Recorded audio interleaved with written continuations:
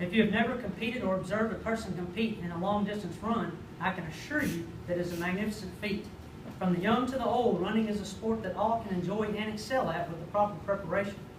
The butterflies in the stomach on race day, along with a better quality of life from being fit, and the overwhelming feeling of that accomplishment of having the medal placed around your neck at the finish line are just a few rewards that one can benefit from the sport of running. My purpose today is to instruct the beginning runner on how to prepare oneself materially, physically, and nutritionally to compete and complete a long-distance run. My name is James Sean Blackwell, and I have many races under my belt, from 1 milers to 5Ks to 10Ks and even a half marathon. My future goal is to train for and compete in the granddaddy of them all, which is the marathon. The first thing a new runner needs to do is find the right attire. Finding the right clothing will prevent chafing, profuse sweating, and make your run a lot more comfortable.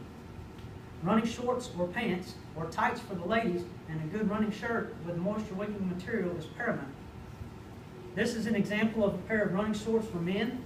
It's made from a specially woven polyester blend. It contains an inner liner to prevent chafing around the groin area. Feel free to go ahead and pass that around, take a look at those.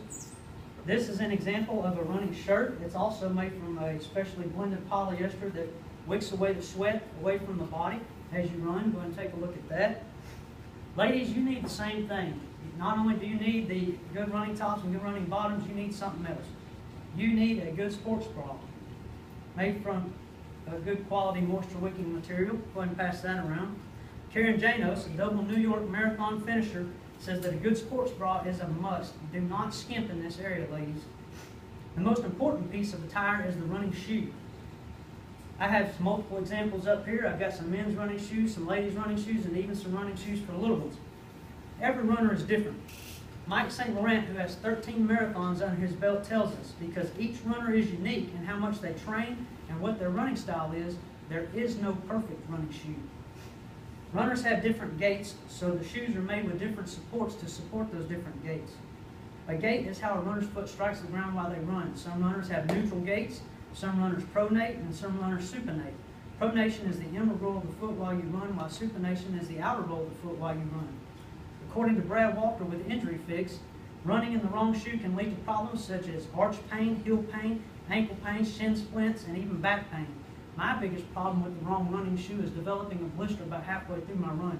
I can assure you, if you've ever done this, you know that it impairs your progress. There are multiple merchants in the area who employ trained professionals that will watch you run and will help you fit into the proper shoe for you. Now that our attire is right, how do we train?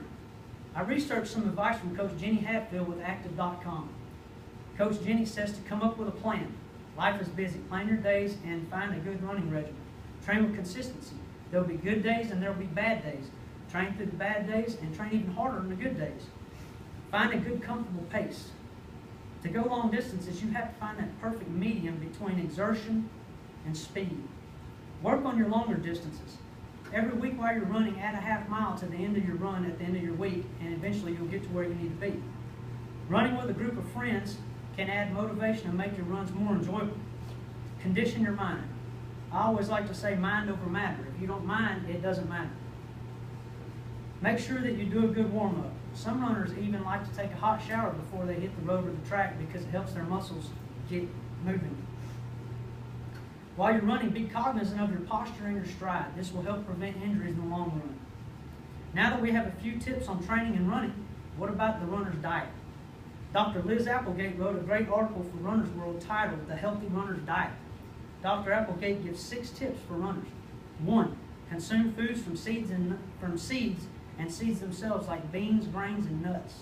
They're high in protein and they contain antioxidants. Eat 5 different colored fruits and vegetables a day. Fruits and vegetables contain vitamins and necessary carbohydrates. Eating produce with the skin intact also helps. The skin provides fiber and resistant starches that your body needs. Drink your milk. Milk does a body good. Milk contains protein that will strengthen your immune system. Eat plenty of fish and seafood. They're high in protein, and as a runner, you need to consume about 50% more protein than your non-running friends.